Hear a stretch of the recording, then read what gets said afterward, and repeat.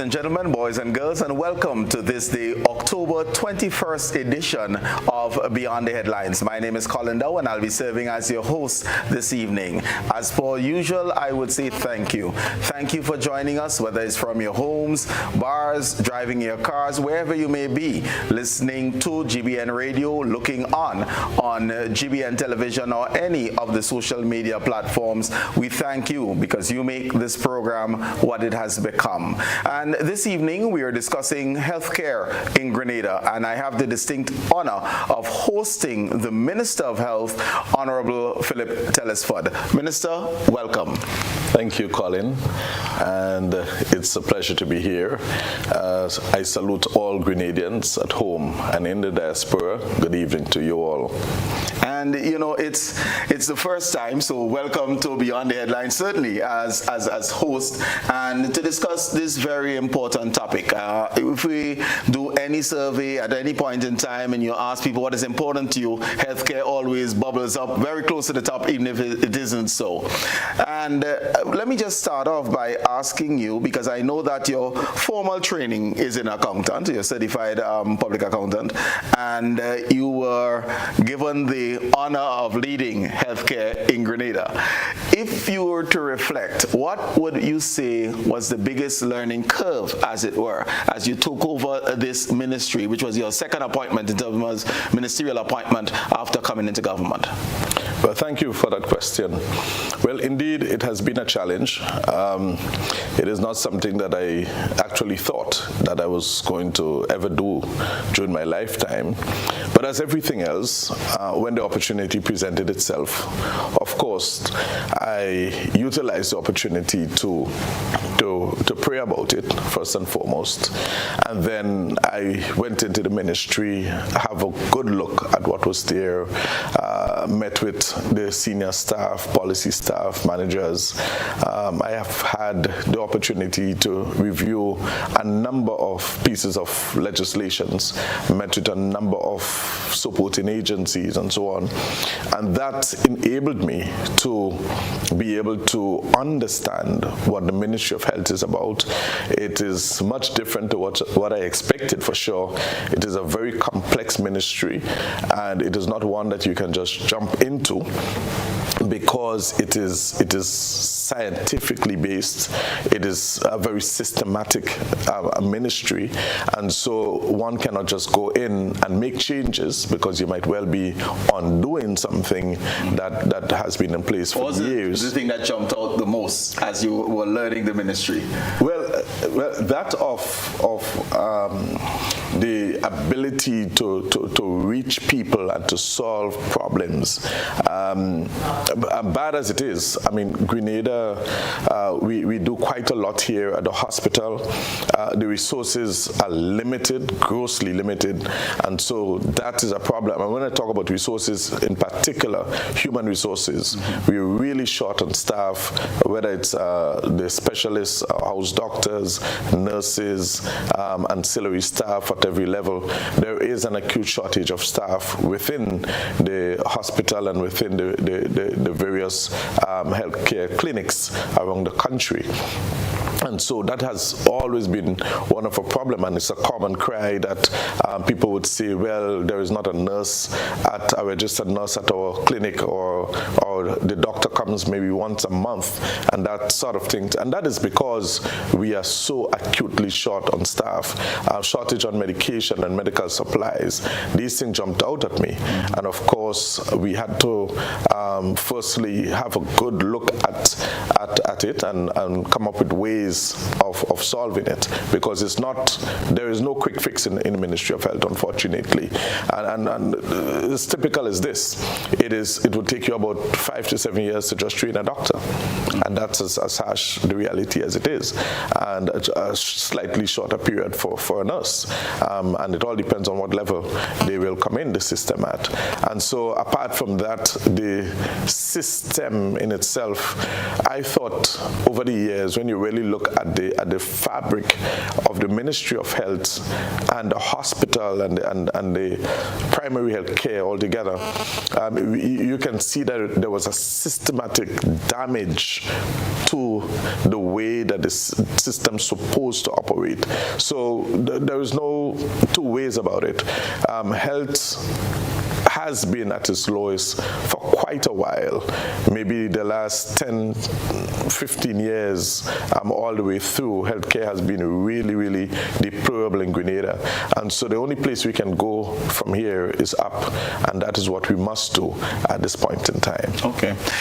I took note, the Prime Minister in his budget statement, I think it was of 2023, he was then Minister of Finance. Transforming our healthcare system is the single most important priority of this administration. I took note of that. I took it to heart. Healthcare and wellness, I have some passion about. Over the last 2.5 years as an administration, name your major accomplishments as you reflect on what was done to resuscitate, as it were, the healthcare industry. Well, one of the first things, it's long-term, and again, long-term strategies are meant to give long-term solutions to deep-rooted problems. And one of the first things that might jump out at us is the fact that we were able to purchase over 80 acres of land for the construction of a new hospital. And that medical village that is being contemplated at this point in time is a critical component in the transformation of the health agenda. Now, so we have been able to purchase the land.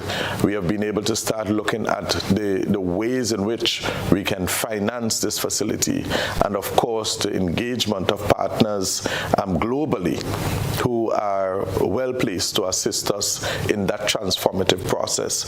So we have done quite a lot in terms of covering some miles as far as the progress is concerned towards the construction of a new hospital. And these things it will take years to actually get to that final destination. Certainly appreciate it, but if you can just tell, so we know of the announcement, certainly of the purchase, not just merely the announcement, but the purchase of the land.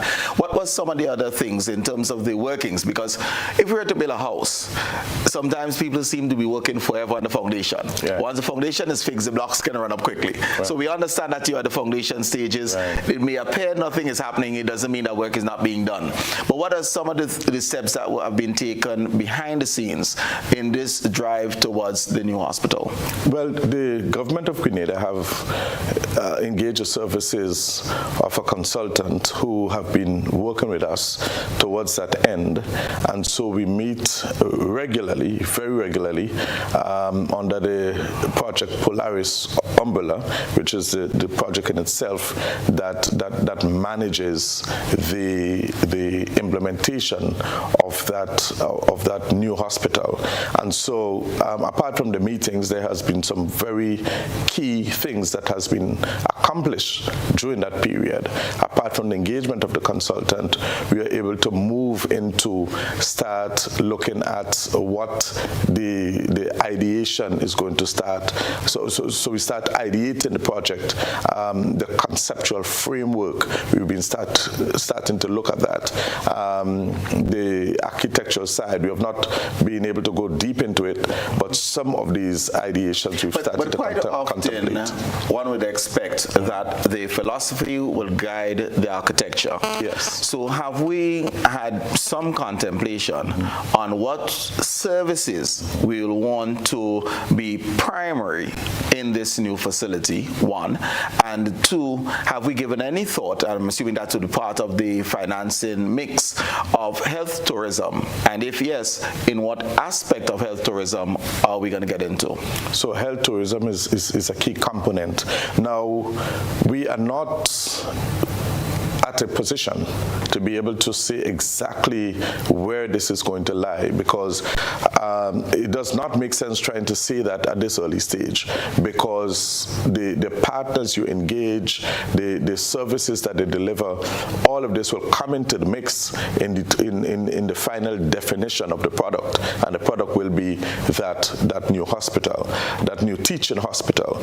But teaching is one component. The tourism aspect is also a component, because the aim, the objective, is to become the health capital of the OECS and by extension the CARICOM.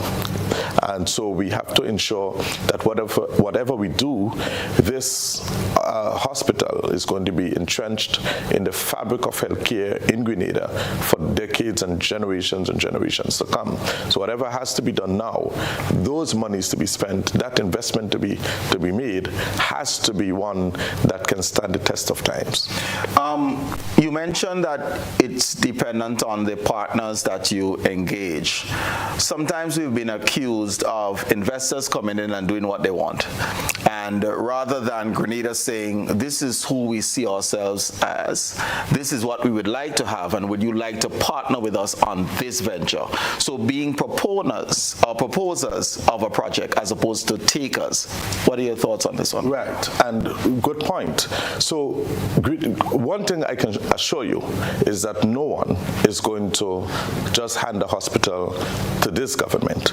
We are looking and scouting for the best talents or combination of talents who will assist us in getting the right fit for our people, first and foremost, because what we're trying to do is to get the best health care for the citizens of Grenada, to be able also to capitalize on the tourism side of healthcare and the teaching side of healthcare in collaboration with the St. George University.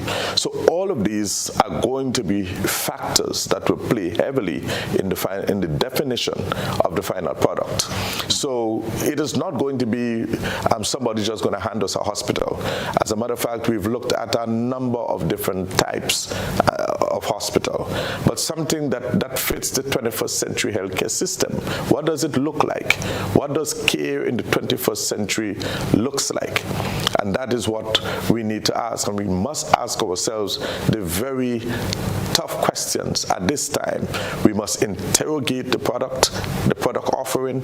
We must ensure that those who come in are prepared to deliver top quality service to the government and people of Grenada in the context of their building, the design, the architectural services, the management services, all that is required. And information technology to support. Well, that is key. I mean, in the 21st century, we have to be able to embrace the technology. Telemedicine would become a very important component in the delivery of healthcare in Grenada. So it's quite a lot to be contemplated at this point in time. But as I mentioned to you, different partners will play different roles, and of course, all of it is going to come together in one comprehensive puzzle, if you might call it that, to give you the finished product. Okay. So we are going to have different players. Okay, good. Yes. As minister now, because the first question was about the administration. Yes. As minister, tell us two things that you're most proud of in terms of your leadership of the Ministry of Health, and why. In terms of the leadership, as minister, I am very proud of the fact that we are able to contemplate the way forward in terms of the agenda. And I say that because for me, getting into the Ministry of Health and understanding what it is about, to me that was the most critical point. Because if I do not understand what is obtained in the circumstances, then I cannot make the change that is required. And some changes have already begun to happen, and that is because we are able to understand what is there. And while people may not see it, they may feel it. So give us some examples as to some of those changes. Right. So some internal changes that has been happening. We've been looking at the laboratory. So we have built it internally. All that has happened. Part of, not all of it is under my tenureship, but we have been looking at that. We've started that process. We're almost complete, as a matter of fact. The generator system, hooking up the generator onto the dialysis unit and the first floor of the new wing and all of that. So when power goes, we can still continue to service not just there, but also the ICU unit. So we can now properly service even in the event of outages. Those things are critical because it can spell life and death. Those are internal things, but it helps to alleviate quite a lot of problems. One of the things that we have been able to do is to sign certain MOUs with friendly organizations. We continue to do that. We are able to attract some talents to come to Grenada in the area of. So we've had some of that coming in. As a matter of fact, by the end of this month, we should have another 2 or 3 persons coming in to take up at least a year contract with us in the first instance. We've looked at the retired nurses in particular coming back to give some hours to us, which will help to alleviate some of the pressures on the system because we're so acutely short. So we've been able to put out that call. We've had some volunteers coming back, returning nationals who are here wanting to play a role. We've been able to open our arms to receive them. And so that is kicking in as we speak. So there are quite a few things. They might seem small steps because I'm new to this. I haven't spent my first year yet. But these are small steps that are critical. We've just completed the restoration of the hospital in Carriacou, for example. That one is about to be open. Our team is going up tomorrow to have a look at it. We put on the roof maybe about a month or so ago, but we had to ensure that all of the various units within the hospital are working properly. The biomed side of it, the generator, water, electricity, and all the various components that make it suitable for a hospital, for the functionalities of a hospital. So we've done quite a lot, and we continue so to do. I must then ask the flip side of the question. So what 2 things you wish you may have approached differently?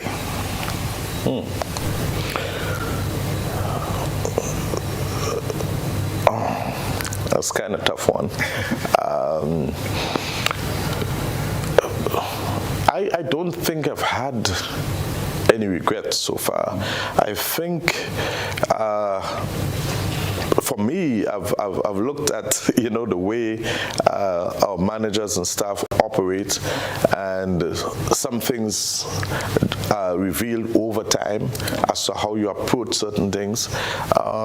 We understand in the system that sometimes people may have motives for certain things, and then you have to treat with that. It's really a skillful maneuvering of things. So these are some of the little obstacles that we encounter. Things move too slow, too slow for me. I mean, it weighs you down sometimes when things move that slowly, and so we always have to look at plan Bs and how do we maneuver in the circumstances. There are a number of things that are still pending that I thought within my first week I was going to be able to get done, and after 9 months, 10 months. And that actually was my next question. Yeah. Some things that you hoped to achieve and did not. Right, and I can tell you the kitchen, for example, where the kitchen is located, even before I took up assignment at the hospital, I knew of the situation with the kitchen. Right. So I thought within a month I'll be able to relocate the kitchen from where it was. I've sent an engineer to look at it, and he comes back saying to me that it is really not suited for that purpose at this point in time. The kitchen, the new kitchen has been set up by and large.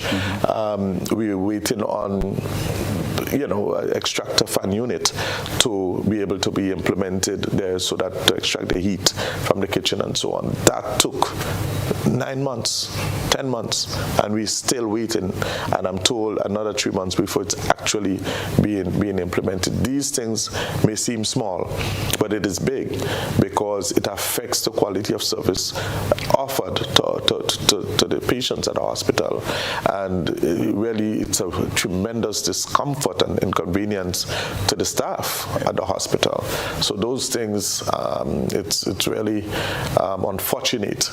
But I'm understanding the system more because I've been able to network with my fellow ministers and colleagues in the region, and that has opened my eyes quite a bit, and that has helped tremendously. So that is one, the AC system in the hospital, the molds and the leaking roof in phase 2. I mean, it's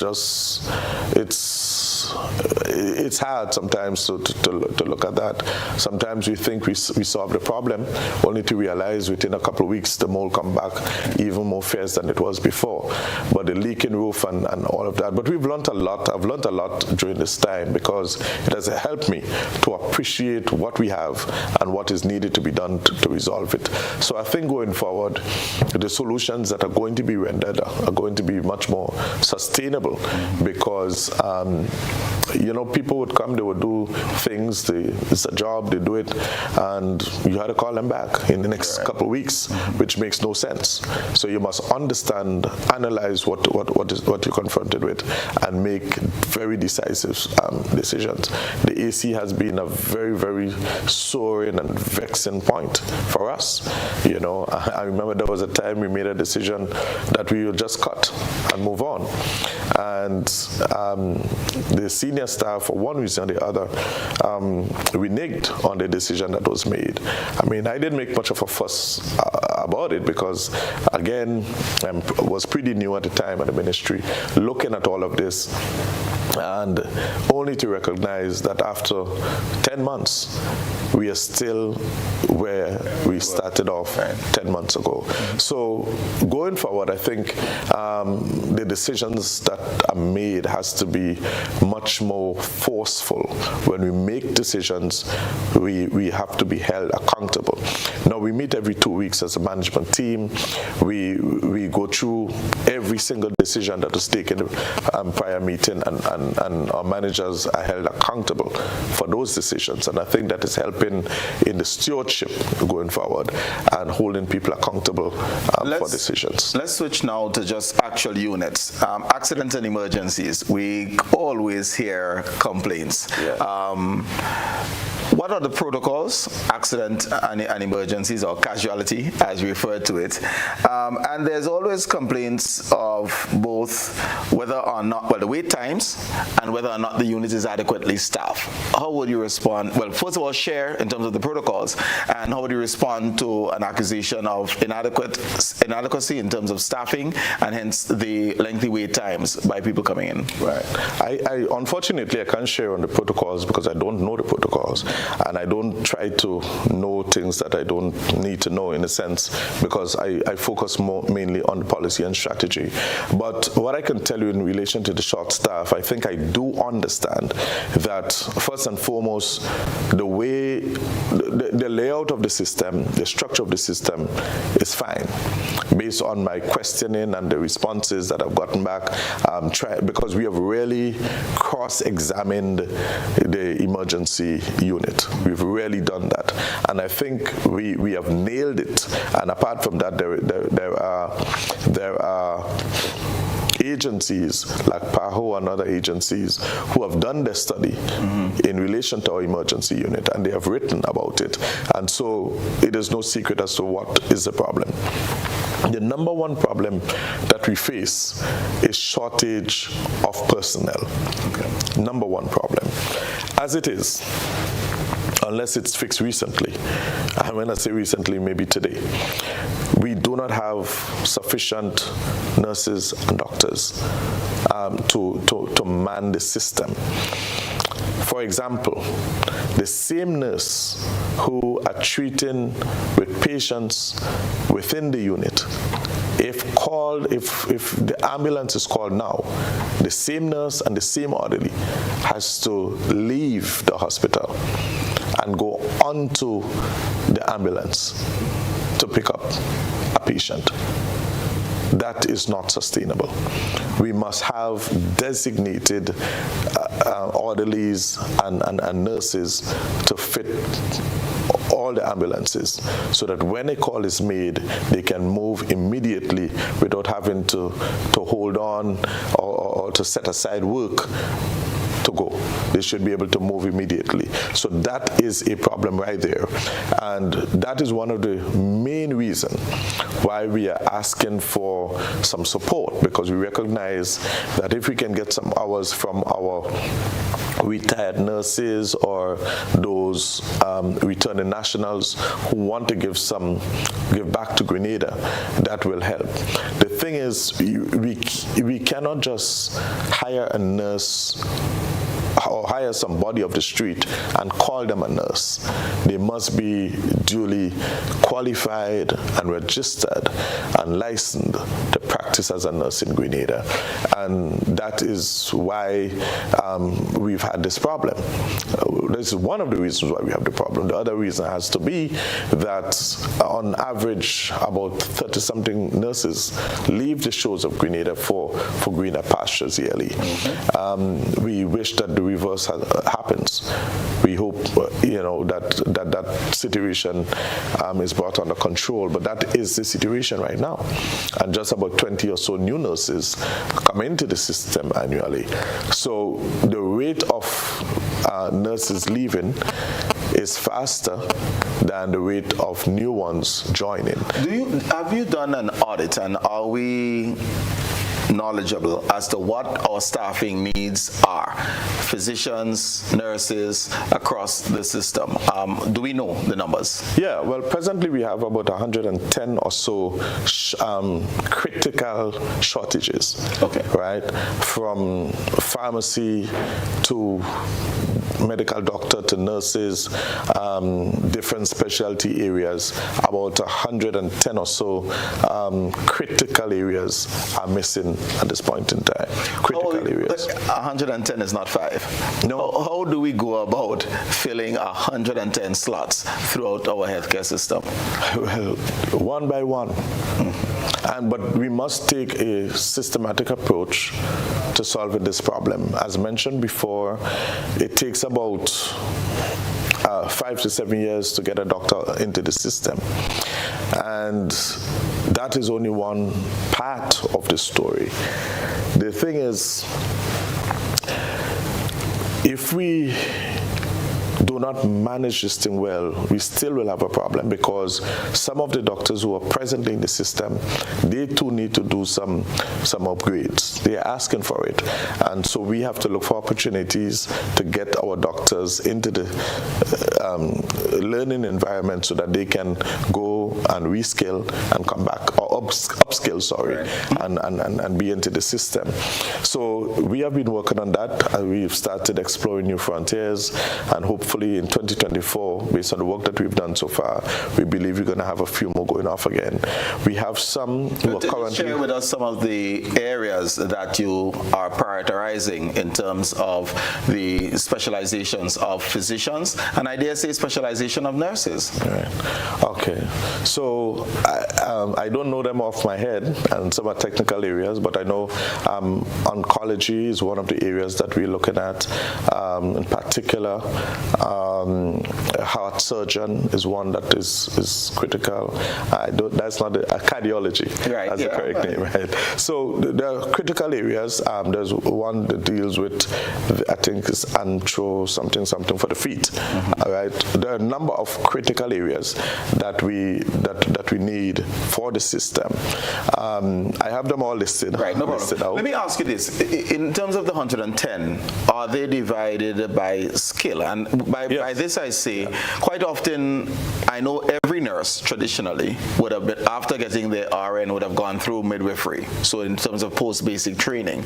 But very little went on to specialize in oncology, for example, in radiology. We have very few community health nurses. We have nurses in the community, but not necessarily trained in that vein. And they are really the backbone of the system. So starting there, what is the thrust into upskilling our nurses? Yes, so we are taking a systematic approach towards that. As I mentioned, we are taking a very systematic approach towards getting our people upskilled. So we are exploring new frontiers. We've started speaking to our friendly government partners towards this end. So that is definitely on the cards 2024 and beyond. But again, we have to be very careful because we cannot send too many at one time because it's going to create even a more acute situation at home. In the system right now, training in Cuba, we have some in Cuba and some in Guyana who will be returning, some in 2025, some 2027, some 2028. And so we have some, going through that system. So we have to manage that cycle to ensure that at least we have a minimum number who are able to carry the health system here. While we are doing that, we are exploring medical brigades that comes in annually. So we have a number of different brigades. So we are working on that right now. We have some that comes in routinely, but we are working on others to come in.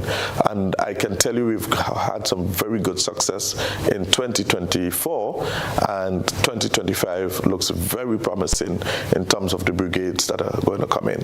Also with scholarships, some new scholarships are definitely going to be opened up in 2025. So we are looking at that, and I can see that there is a path to success because we continue to knock on doors, we continue to ask the questions when we meet our international partners, what is there available, what can we do, and how can we achieve some of these additional training and so on. So we expect to have more medical brigades visiting our shores to do important surgeries, different specialties and so on, and training for our nurses and doctors. We expect to see some coming in to do training here on island. Let me stick with the fabric of the healthcare system. So I'm moving away from nurses, but other allied health disciplines. I know you said you did some work on the lab, but we're woefully short on medical technologists. Do we have any in train? Because it seems as though when the old guard retired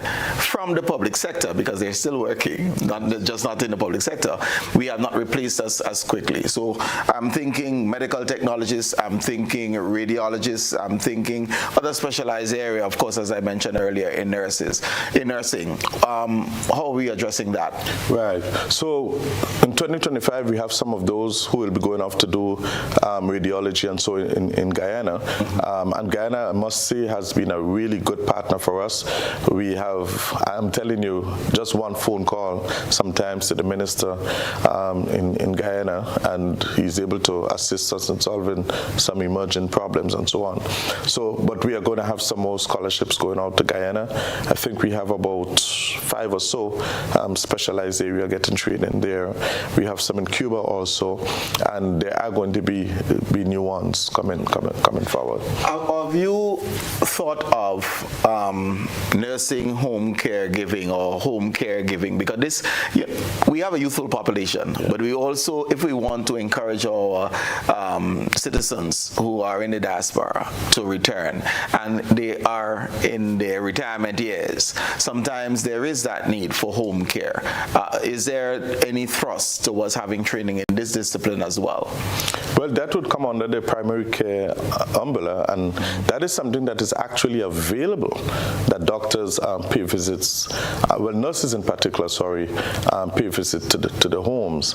And I'm pretty sure that is not something that is far-fetched, that we can have in certain cases, our doctors going to visit the patients. The problem is that we are so acutely short now. Yeah, but I wasn't thinking of the doctors at all. I'm just talking whether in our various nursing homes, senior citizens homes, etc., making sure that they have properly trained caregivers, not someone who's working. Okay. So at that level of the system I'm referring to. Okay, that one is more on the social development side. Mm-hmm. But in fact, they are well trained. We have very well trained caregivers at those homes. But in respect of nurses being able to reach private homes, that's what I was trying to answer for you. We've had some of those goes. The nurses actually go out and meet with people and dress feet and give, assist with medication, and so that actually happens. But again, those things supposed to be a little more widespread, a little more systematic. But in order for that to happen, we must increase the complement. So we are working on those things. Okay, thank you very much.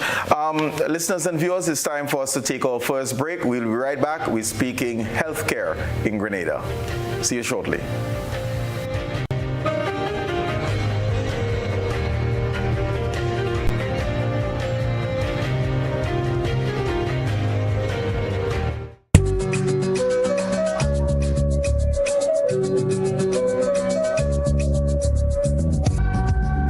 Christmas is all about the moments we share, the smiles, the laughter, and the love that fills our homes. This season, let your walls reflect the warmth of family time. Sisson's Paint, matched with every shade of togetherness. Celebrate 12 weeks of Christmas with Sisson's. Buy one, get one 30% off on selected items. And with every purchase of any Sisson's Paint, you get a chance to win US $100 every week for 12 weeks, from October 1st to December 22nd. Terms and conditions apply. Available at all Sisson's hardware dealers nationwide. Sisson's, internationally tested, brilliantly affordable. Tourism is me. Tourism is you. Tourism is everybody, and tourism connects us all. Did you know that tourism generates revenue and foreign exchange earnings? Did you know it stimulates infrastructural development and facilitates cultural exchange among people? You must know tourism is linked to all industries, from agriculture to construction. So support the industry today and be welcoming to all our visitors. Tourism is my business. Tourism is your business. Tourism is our business. Listen, one and all. Tourism connects us all. A message from the Ministry of Tourism and the Grenada Tourism Authority. As we get ready to give thanks, the long Thanksgiving weekend. Legends Promotions presents the 18th annual Hubbard's Legends in Concert, Saturday, October 26th, Grenada Trade Center at 7:30 p.m. Featuring the 1980 Calypso Monarch Survivor. Together with Stubbles. 10 times Calypso Monarch Scholar. Alongside Luta, Tobago Kuso, and 7 times Soca and 10 times Road March King. Super Blue. Super Blue. Tickets cost $16 and are available at all Gittins Healthcare Pharmacies, Wall Street, Grenville, and Guelph, Springs Shopping Center, St. David's Pharmacy, Clear Vision Eye Care Center, on the Carinage, and Gittins Pharmacy, St. George's. It's the 18th annual Hubbard's Legends in Concert, Saturday, October 26th, Thanksgiving weekend, Grenada Trade Center, 7:30 p.m. You can't afford to miss this one. Win a living room makeover with Quartz Ready Cash. One lucky winner will get a chance to win a living room makeover with any cash loan. No security required. And affordable monthly payments. It's quick, easy, and hassle-free. Visit one of our locations for more information about getting your Ready Cash loan today. This month is all about you with Quartz Ready Cash. Ready when you are. Terms and conditions apply.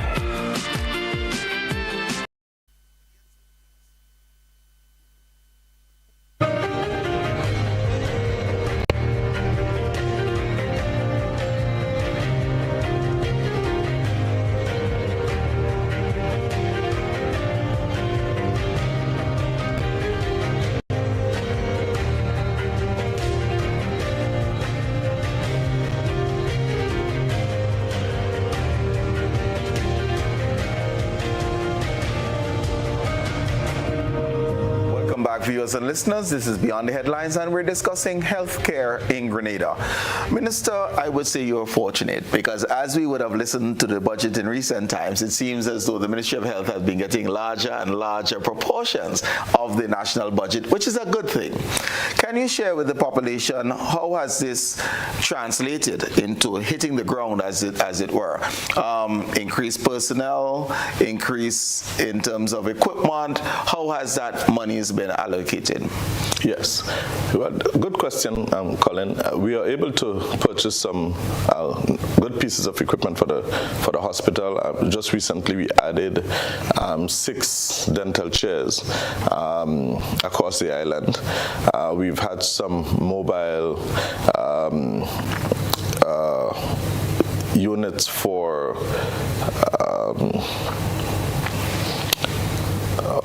Is it not X-ray units? I know. I'll get back to that one. But we've been able to purchase some very important pieces of equipment for the hospital, and so I think that has helped immensely in us being able to deliver quality healthcare to the nation. But going forward, there's quite a lot of work to be done within the Ministry of Health. All of the clinics around the state of Grenada, including Carriacou and PT Martinique, needs to be upgraded. And as a matter of fact, those in Carriacou and PT Martinique has to be rebuilt. Right. And so within a couple of weeks, we will see work beginning on the other clinics in Carriacou and PT Martinique simultaneously. So that is going to happen within a couple of weeks. But healthcare, deservingly so, deserves the top slice of the budget because there is quite a lot of work to be done. And so this year, I don't think, honestly speaking, that we've been able to really get some of those projects started. But the groundwork for those projects has been laid. And within the first quarter of 2025, we expect to move it flying with wings to get some of those projects What are some of the things that's on the wish list that should materialize 2025? Right, so that health strengthening project where we're going to be upgrading most of the clinics around Grenada, that is going to happen. The lab certification, that is going to happen. Upgrade of the emergency unit and other, our theater, upgrade of the theater, that is going to happen. So there's quite a lot of pieces of work that will come into play next year, and most of it is going to be simultaneous, so it's going to be quite a lot happening all at once. Let's take a look at the polyclinics. I know we have a wonderful facility in Dowe, for example, underutilized. How can we address this? Because we still have one of the pressures traditionally that we have had on our emergency unit in St. George is because there isn't availability of personnel and or services in general at the clinics within the communities. How can we expand on those services, not just the physical equipment now, but making sure that there are the other services that are there, which would ease the pressure on the general hospital? Right. Well, first and foremost, I think generally these clinics, including the polyclinic at Dowe, need some additional equipment to be able to utilize the facility more meaningfully.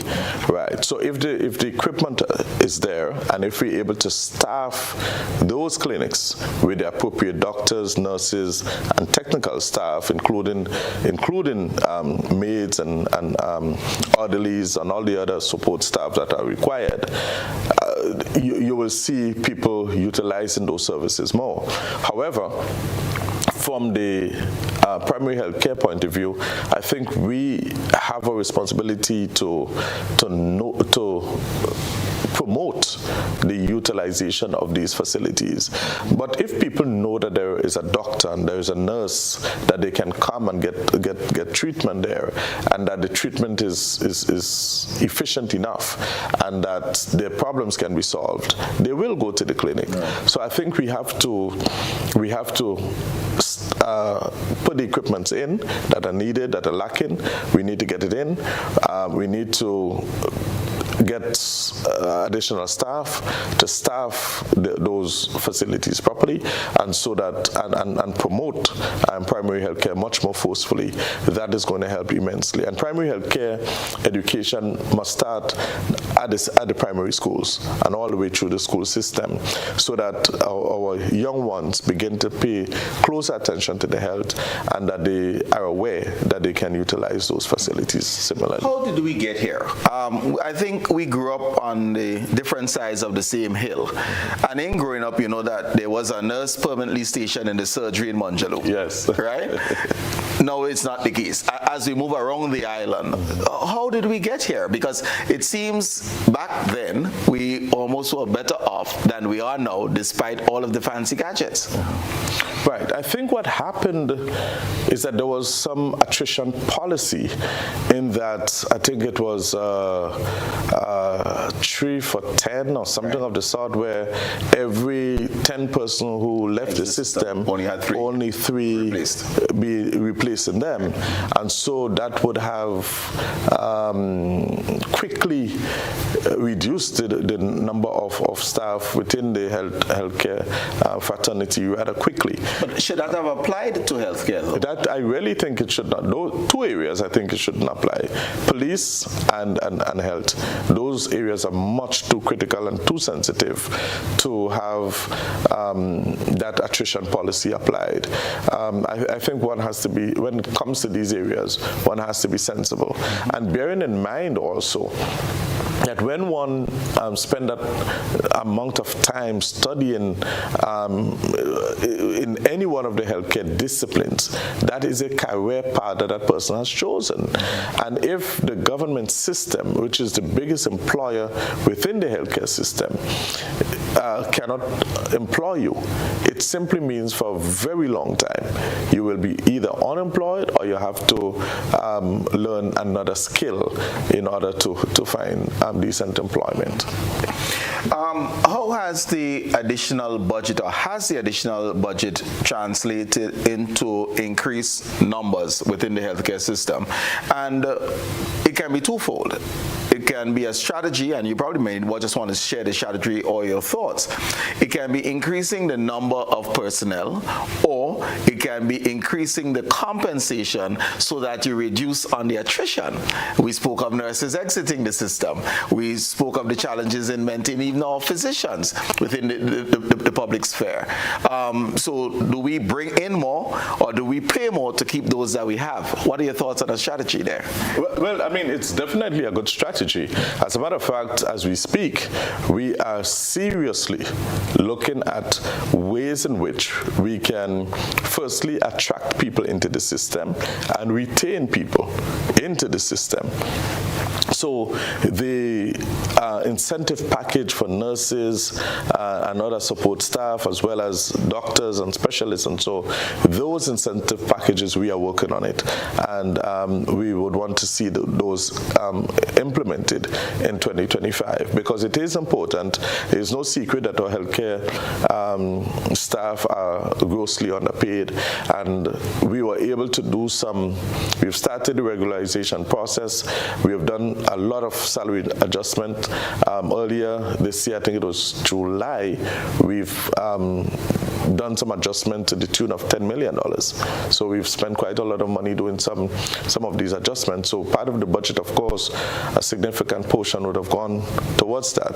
So it's a long winding road to fixing healthcare, especially as far as staffing is concerned, because I think there are no doctors or nurses sitting on the sidelines waiting on a job with the hospital or any one of the facilities. If you do not have the enabling environment, they're simply going to pick up the bags and leave, because they are marketable across the world. And so we have to be very, very sensitive and sensible the way we employ strategy towards attracting our people into the system.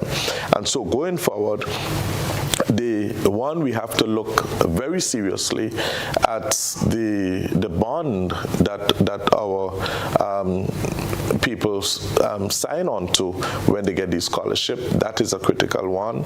And secondly, we have to look at incentives to retain people in the system.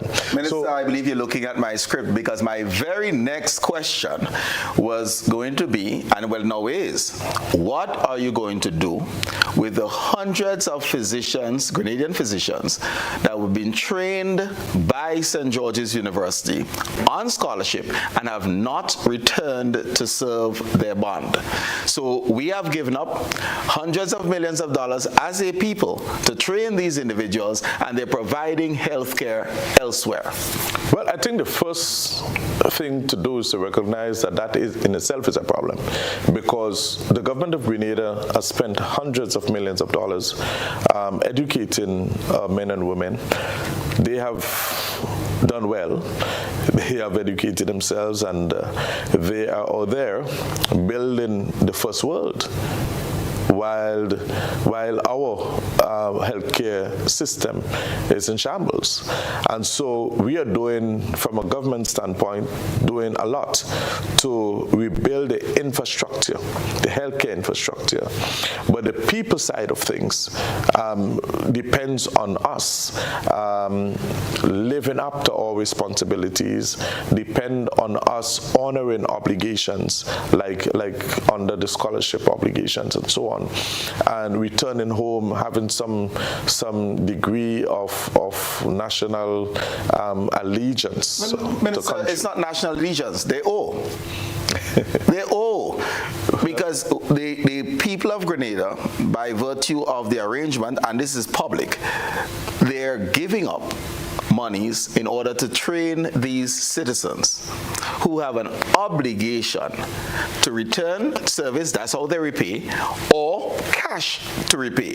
Who's going to bail the cat? It seems as though successive administrations have ignored this, and we're in a point where we're short. We're in a point where there is serious communication problems within our hospital, because the physicians who are there are not au fait with our culture. Some of them, their first language is not English, and hence there are communication problems with the patients, which impacts on the service they give. And in the meantime, we have good Grenadians who are likewise trained and absent. Someone has to step up and say it ends here, and see what type of arrangement we can have in order for them to provide service. I'm not suggesting that everybody come back, because we can't absorb everyone, but everyone can contribute 1 week per year to improve our offerings in Grenada. Yes, Colin, I think it can start right there. And the call goes out to our doctors in the diaspora who have been beneficiaries of government scholarships to come back. Give back something to the government and people of Grenada. Pay your debt. Pay your debt. Honor your obligation to country. You are out there, you're making money, and no one can fault you for doing well. We love it when you do well. But of course, pay your debt, as Colin puts it, and make a contribution to the development of country. So that call is going out loud and clear this evening to all of those in the diaspora who are beneficiaries of government scholarship. We need you to make your contribution back home. Okay. What plans are there for public-private partnerships in building our healthcare system? I know we spoke of the teaching hospital, the replacement hospital, as one opportunity to do just that. Are there other opportunities where we can partner with others in the healthcare sector to see that we provide improved services? There might well be some. I think maybe we need to think that one up a little deeper. But of course, we don't know where the new hospital is going to fall, whether it's going to be a PPP arrangement. But that certainly will be more likely than not a good one. But it's something that we can give some consideration to, because we have to find innovative ways of building our our health system. And there is a technological part that we have not really touched on, but we really need to get in line with technology and embrace the best technology, embrace the best equipment, digitize our system so that people can log in and know what your health status is and be able to get via telemedicine, be able to solve your problems at your fingertips. And so we have to make use of all the technology that is available. But how can we do that? We more likely than not, we have to engage into some kind of private-public partnership arrangement to be able to leverage those opportunities that might present itself at this time. Okay. And one other nagging thing, so I'm going to ask you to put on your accounting hat. You can't do, at least your finance hat, we can't do all that we want to do, all that Grenadians deserve without paying the bill. What systems are in place for a point of service payment regime within our healthcare system? One. And two, every time I hear a truck on a Saturday morning, I make the joke, there goes Grenada NHI. Because it's somebody having a motorcade trying to raise funds for a health issue. So, where point of service payment within our healthcare system, one, and two, where are we with national health insurance? Right, so I'll answer the question number 2 first, because I think that would lay the foundation for the answer number 1. So we've started the process of NHI, and I believe that I can say that we've made significant progress. As a matter of fact, we presently have the draft policy and the draft legislation for the implementation of NHI with the Attorney General's office, and it is currently being reviewed. So that in itself will lay the foundation for a potential implementation of NHI. We simply hope that we'll be able to cross that hurdle in the not too distant future. But that again is a top priority of the government. So we have been working in that regard. Any indication as to what are the basket of services that will be covered? What will that entail? One, and it has to be funded. Is it going to be yet another payroll tax? Is it going to be a consumption tax? How are we going to fund it? I think it's a bit early to answer that one because the policy position has to be firstly properly defined, and it has not yet passed at the level of cabinet. Okay, because the reason why you mentioned in terms of draft at the Attorney General's office. Yeah, because the consultant has done his work and has passed it there. So the fine-tuning of the document will happen there, and then what it should look like will then come back to cabinet for review and subsequent adoption by the cabinet. And after the policy position is defined, then we can drill down into the intricate operations of NHI. National conversations on NHI started circa 2011 or thereabouts. Yes. From what I'm hearing, we would not have an NHI in 2025. Well, I am not in a position to say that. I believe if the work is, that policy and the legislation draft is able to be fine-tuned, because we have a body of people working on it. If they're able to complete their work in good enough time, it is not far-fetched that it can be implemented in 2025. It's not far-fetched at all, because after policy is defined, that gives a tremendous push forward, because it now affords you to be able to break policy down into operations. So I think we are at a good place. One of the biggest things re policy is how it's going to be funded. Forget what is going to be in the basket of goods. How it's going to be funded is a critical issue. Yes. And I know many politicians before you took their foot off the gas because they didn't know how to go about charging the population for this vital service. Well, the way we function in cabinet, I doubt anybody could just come and say, fund it this way. Prime Minister not going to accept that, period. I can tell you that up front. It is going to be option 1, 2, 3 or 1, 2, 3, 4, and the tough questions are going to be asked, and the interrogation of every option is going to happen. Okay. So I can expect to see that. A few options presented, and all of them are going to be interrogated. It might come once, twice, and 3 times the cabinet before we actually say yes, right? But that process is going to happen. And one must appreciate, because of the sensitive nature of NHI and the far-reaching implications, those robust processes are critical before the actual implementation, because it is going to affect our pocket, but it's also going to affect our health as to what level of health care is being meted out to ordinary Grenadians, and how that big question has to be answered in a way that satisfies the population. Because if people see it as a tax and not seeing the real benefit of healthcare, what it can do to transform the service delivery, if they really don't catch on to that, and you just have a costly NHI, then it could spell problem for us. And you know how we operate in Grenada. Regardless of how good something is, they will find a way of some measure of criticism.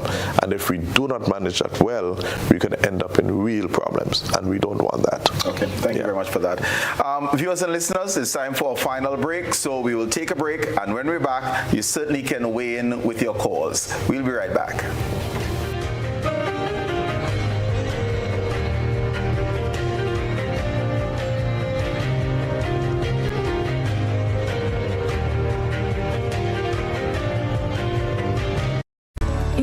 Part of the world, we need to be prepared for natural disasters like storms and hurricanes, even outside of the season. I'm sure you'll agree that keeping our loved ones, homes, and businesses safe is important. So, I came up with a few quick tips to help you stay safe. Familiarize yourself with your electrical panel, as it may be necessary to switch off the power during a storm or a flood. Make sure you install a transfer or isolation switch to prevent your generator feeding electricity to Grenlec's line. If trees are too close to power lines, call Grenlec at 237 for advice. By following these easy steps, you will be well on your way to being hurricane ready. Don't be caught off guard by natural disasters. Prepare now. For more information, visit grenlec.com.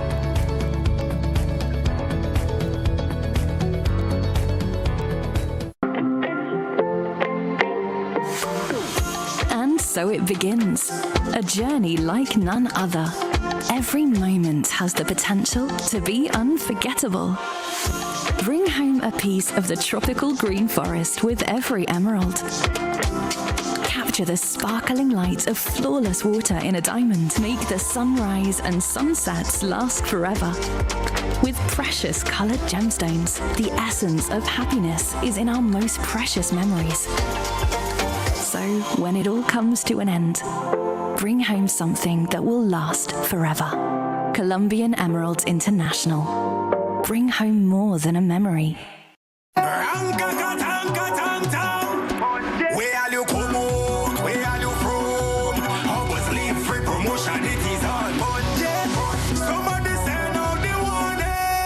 Spend $50 or more at any Hubbard's department or participating outlets for a chance to win free fuel, free drinks, free prizes, free property and vehicular insurance, free Hub TV and internet, free electricity, free coke, free water, free cooking gas, free paint supplies, free Dutch Lady milk, free passes to Sunshine promotion events for 2024, free groceries, all for 1 whole year. And every winner receives a free lunch package. But that's not all. Drive away in style in a brand new Isuzu D-Max. It sips, it doesn't guzzle. So fill out your entries and place them into the marked entry boxes. This promotion is brought to you in part by Dutch Lady, Danny, Promo, Supreme Bleach, Creative Chef, Grenlac, Floor, Salt Petroleum, Grenadian General Insurance Company Limited, Coca-Cola, Sunshine Promotion, Caribberies, Guap Bag, Sesame Spain, and Food Fear. Promotion runs from April 2nd to December 24. Terms and conditions apply.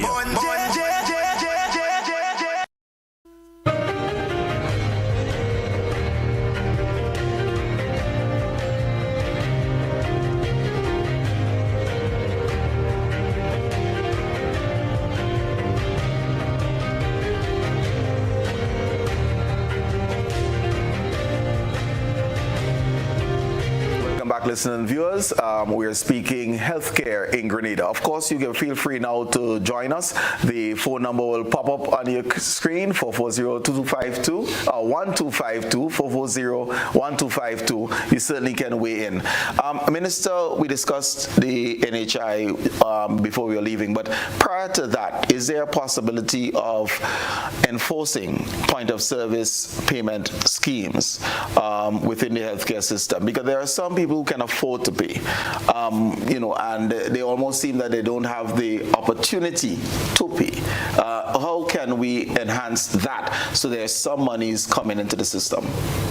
Yeah, so we definitely have to find a way to make the system work for us, all right? Now, what we don't want to do, though, is to put people who cannot afford to pay for health care at this time under we do have our first caller, so let's have them the opportunity to go in. Good evening, caller. Welcome.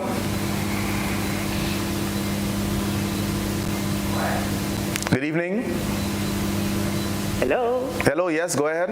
Yes, good evening. I'm calling in connection with the bond that persons would have signed when they go off to study at the St. George's University. Now, if you sign a bond to give back to the country, say a 5-year bond or so, then you should adhere to. It's something you should adhere to. And I think, in my opinion, I think the system is slack, it's very slack. But ensuring that persons signing bonds adhere to what they would have signed and to give that contribution back to the country.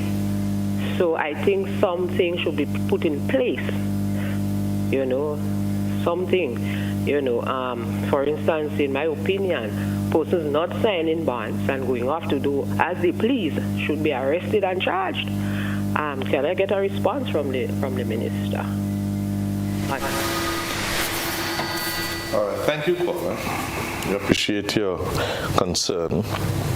Indeed, it's something that must be given our attention, because for each scholarship, if my memory serves me well, it's about $250,000 for each one, and that's a lot of money.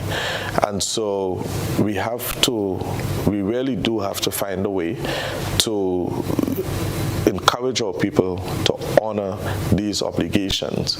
And if it comes to having to enforce it in that way, we certainly will have to do what is necessary. But if we are serious about healthcare, these are some of the decisions that would definitely have to be taken. So I want to encourage us to begin to honor our obligations and to put country first.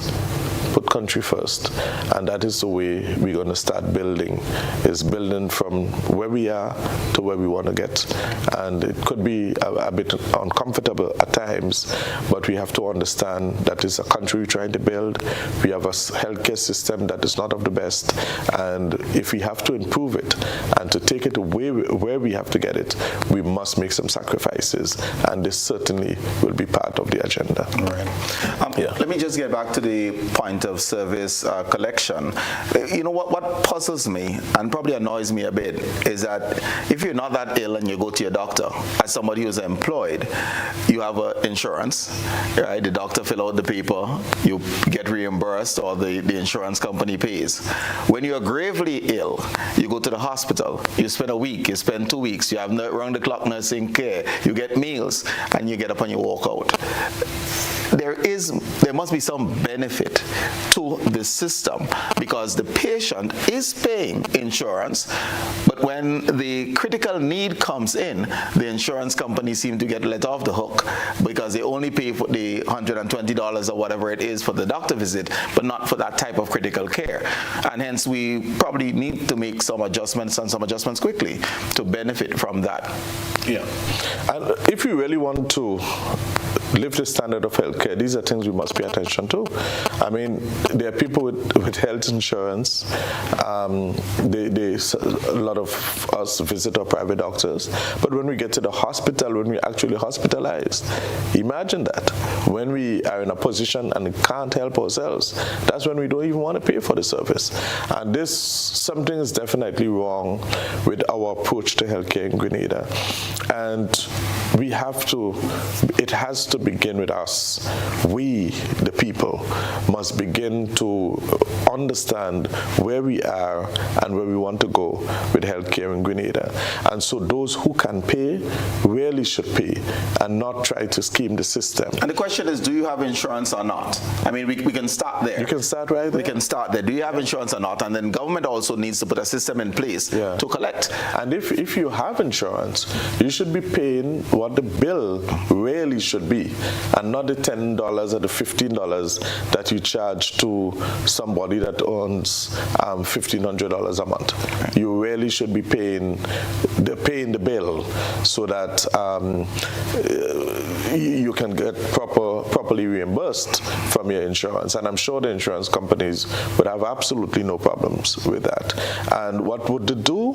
It would basically put some monies into the kitty so that you have more monies to be able to finance the health system in Grenada, to be able to pay your doctors and your nurses a little more, buy more medication, more medical supplies, upgrade the technology, upgrade your equipment. These are things we need to do. Absolutely. And it's very, very costly to run healthcare anywhere in the world.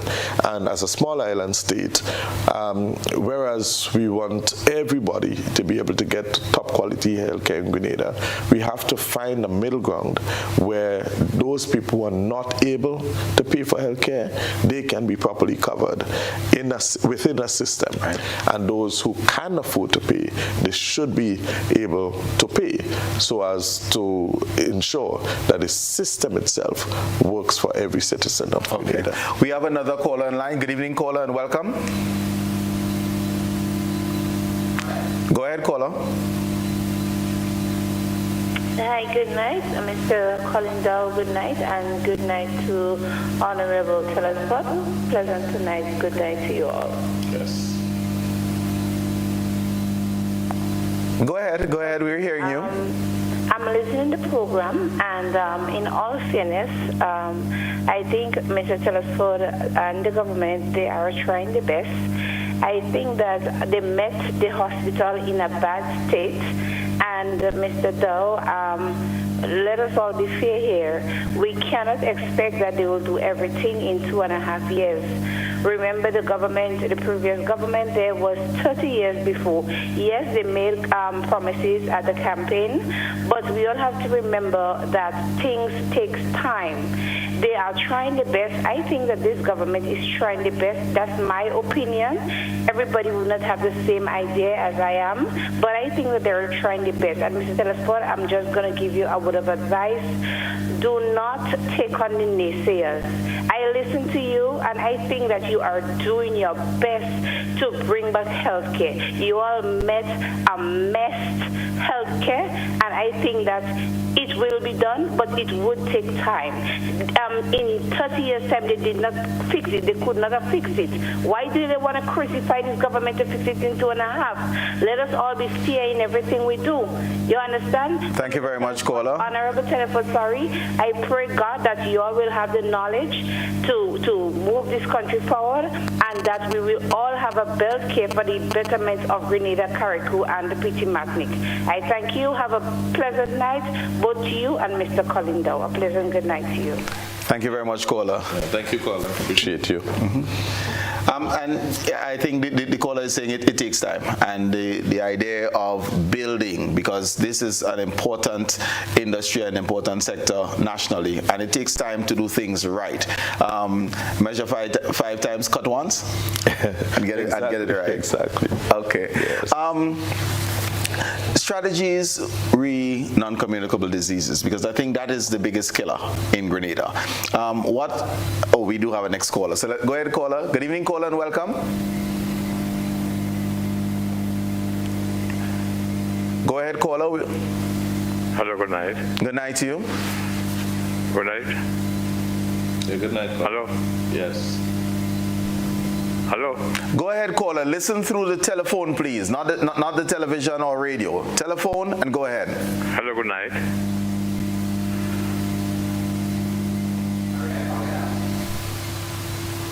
We seem to have lost that caller. Callers, when you're calling in, just focus on the telephone, not the television or the radio, whatever device you're listening on. Telephone, and we're good to go. Non-communicable diseases. What's the strategy? Well, the strategy is that, one, early screening. Eat well, exercise, go join a gym. And these things must be started early. The education from the primary school all the way up. So our young boys or young girls, we must take them to the doctor regularly. Let them get acclimatized to going to the doctor and doing the routine checkups, so that when they get to senior years, they would grow into that practice. Let them grow into eating well, staying away from the excess sugars and the excess fats and all of these things.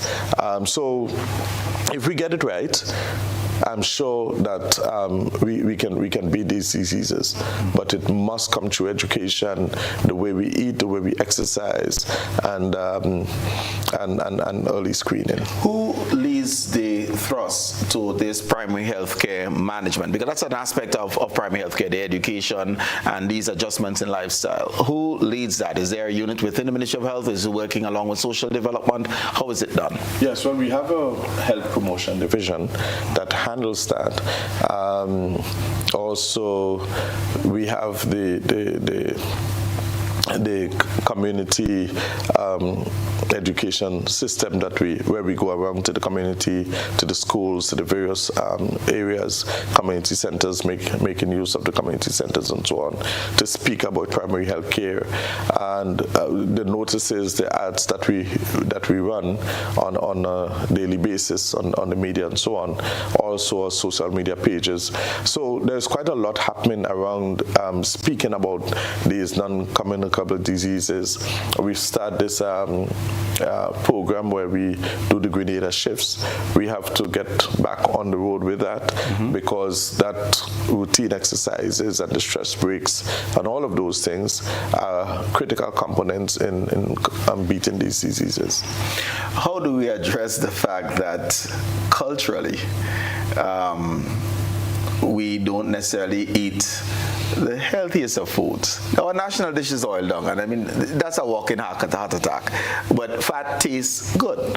So how do we combat these things that are enshrined culturally with appropriate habits? How do we teach moderation? Because I think we're not going to stop it. How do we teach moderation in consumption? How do we get individuals back on the road? How do we get individuals to utilize the playing fields? A lot of them now lit, in order to make sure that we're an active population and combat these diseases.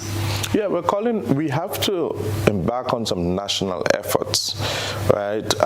National in the sense that at the village levels, we really should be encouraging inter-village competition and sporting activities, give people the opportunity to burn up the excess energy that we have on the inside, and really live a healthier life.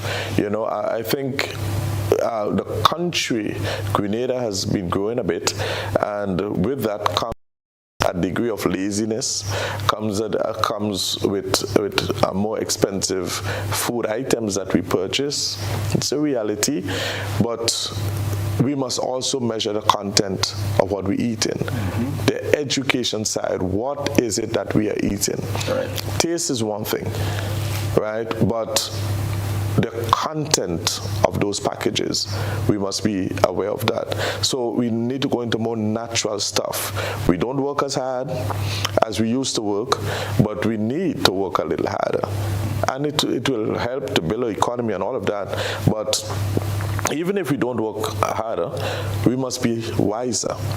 What are we putting into our bodies? And that partnership with the Ministry of Agriculture, one would say, and our local farmers in terms of eating the things that we grow, because we have some control as to what goes into them. Right. So I know when I was growing up, there was the Grow Local, Eat Local campaigns. I remember those things. And, you know, a healthy nation is a wealthy nation. All of those little jargons and so that help to kind of arouse your consciousness. And I think we need to get back into some of these programs that our young ones, they would grow with that kind of mind that they need to eat more fruits and vegetables. Why do I eat fruits and vegetables? They need to know why. Right. Because these children ask you the why, right? And we have young boys and girls coming down with juvenile diabetes and all kind of different diseases at tender ages.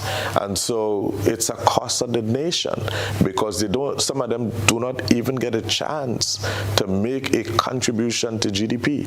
They don't get a chance to make a solid contribution in the world of work, but then the government have to shoulder your medical bills and house you at a hospital and all of that. And it drains the family. Every time you have to bury somebody, it's close to $20,000 that you have to find. And not to mention the cost of medication. It really drains the family. So we have to find a way to live wiser and to live longer.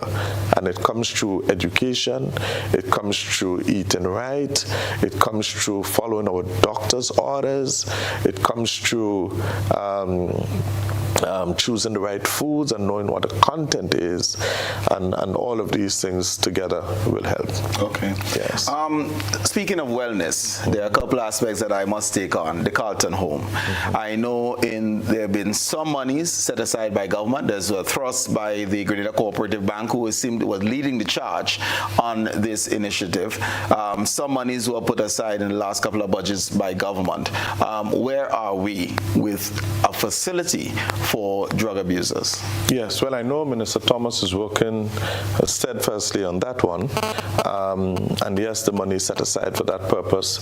And I know budget allocation is being made for the construction of a new Carlton House, so that we can treat with our patients, so that they can be reintegrated into society at some point in time. So that is being worked on, because presently the Mungie facility houses all sorts of different levels of people with those challenges, and they have to be separated out and treated differently, so that we can get better and more positive results from the system. Okay. I know it's not your portfolio, but if we're talking health and wellness, mental health, I know that there's a designated minister, but you meet in cabinet. What's the strategy for mental health? Because it really is a critical part of our healthcare offering. Yeah. All right. Again, the strategy that has been adopted by Minister is one of destigmatization and the recognition that mental health is an illness that is just as any other illness and must not be scorned or stigmatized, but must be treated just as any other body in society. That being said, the focus really is to ensure that we pay close attention, every single one of us, regardless of our levels in society, because we recognize that there is a very thin line between being mentally fit or being mentally sick. And so it is very important that all of us pay very close attention to our mental health. Speak to someone, check with our doctors. Don't be afraid. Tell them what you're experiencing. Speak to a social worker, or just speak to a friend. But please do not suffer and die in silence, because when you cross that bridge, sometimes it takes quite a lot to get you back on the other side. And so let us stop the discrimination and the stigmatization of our mentally challenged people, and understand that they need us, they need our help, and so we need to give them the support that is needed. Okay, I believe we have another caller on line. Good evening, caller, and welcome.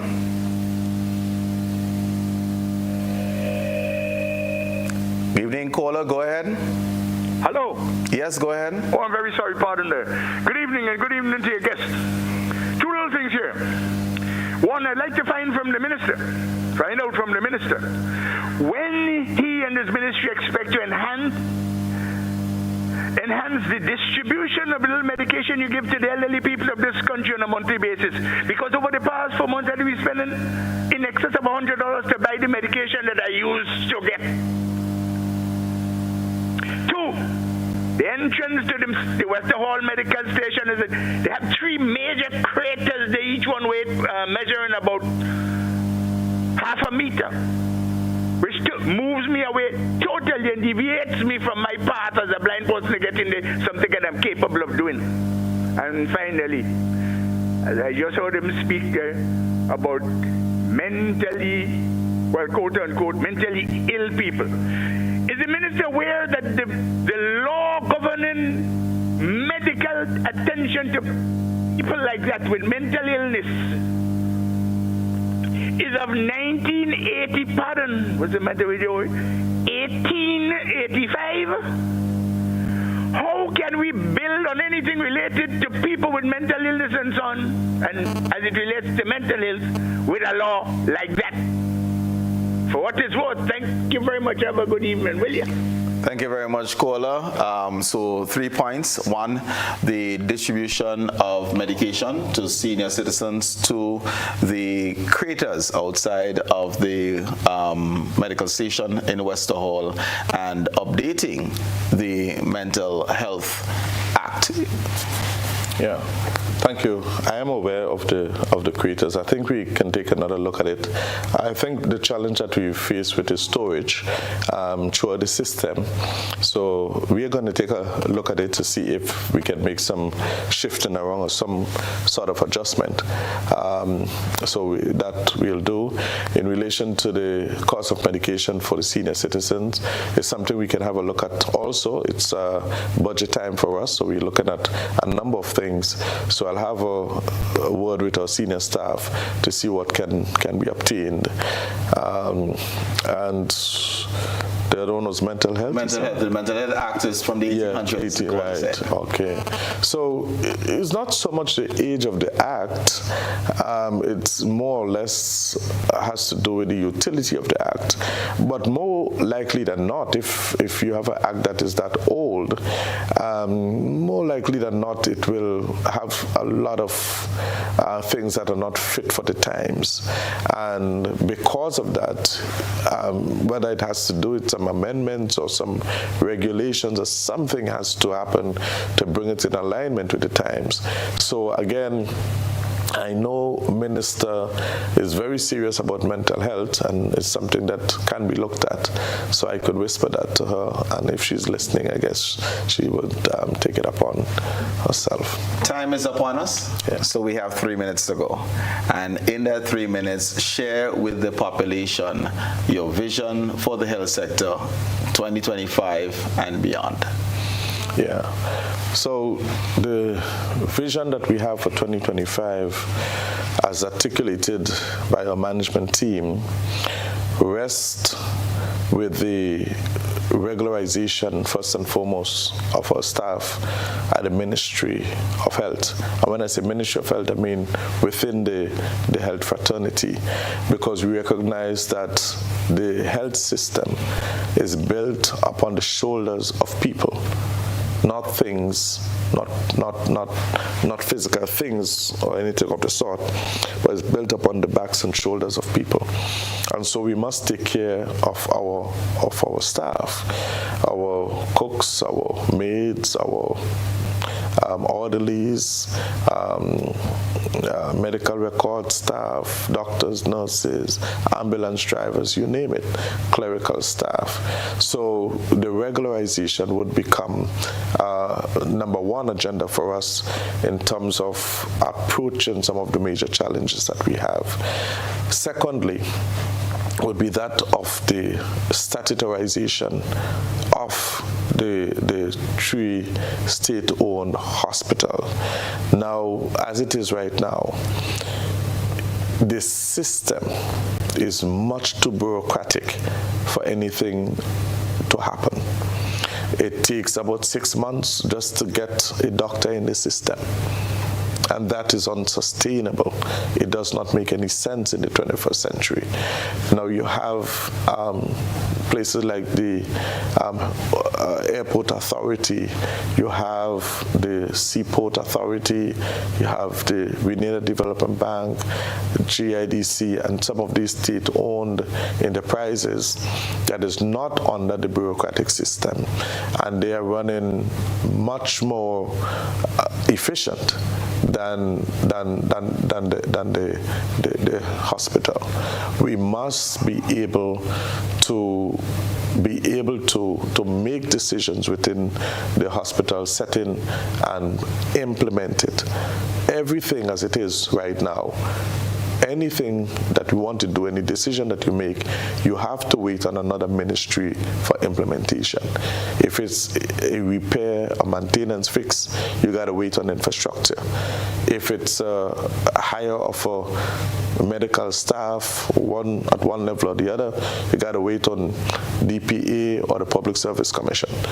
If you have to pay a bill for medication or medical supplies or anything, you got to wait on the Ministry of Finance. And none of these entities would ever appreciate the level of urgency that the hospital staff would expect us to operate at, simply because they are not in the system to know the urgency of healthcare. And that is why the statutorization becomes a critical change factor. It is absolutely necessary.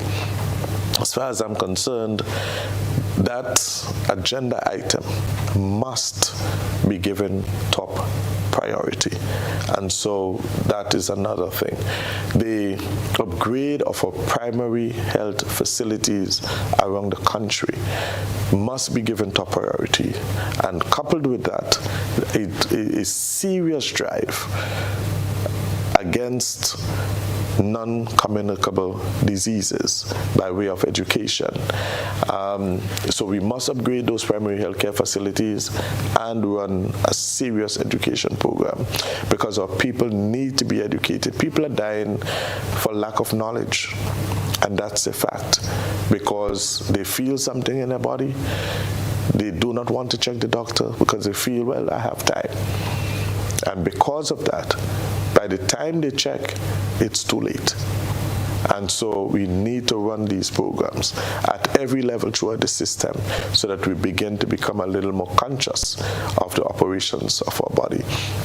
That's just a few of the things we want to do, but we've clearly mapped out our agenda for 2025 going forward to build a solid and robust healthcare sector in Grenada. And we have the blessings of Cabinet and the Prime Minister of Grenada to do that, and we are committed to this process. I am still convinced that we have very competent staff within the Ministry of Health. We know that there are some who doesn't always follow the rules or operate to the best of their ability. But with constant training and motivation of our staff, we believe everyone is going to come up to the level to be able to deliver that. So that's basically where we're at, and we are looking forward to 2025, and we really want to see healthcare improve in Grenada. That's our main objective.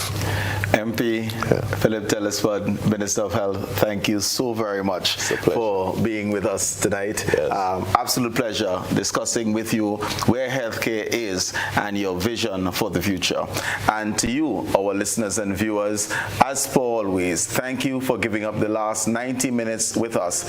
It's been an absolute pleasure having you on Beyond the Headlines this evening, and we look forward to hosting you again next week when there'll be another exciting program. Have a good evening. Godspeed.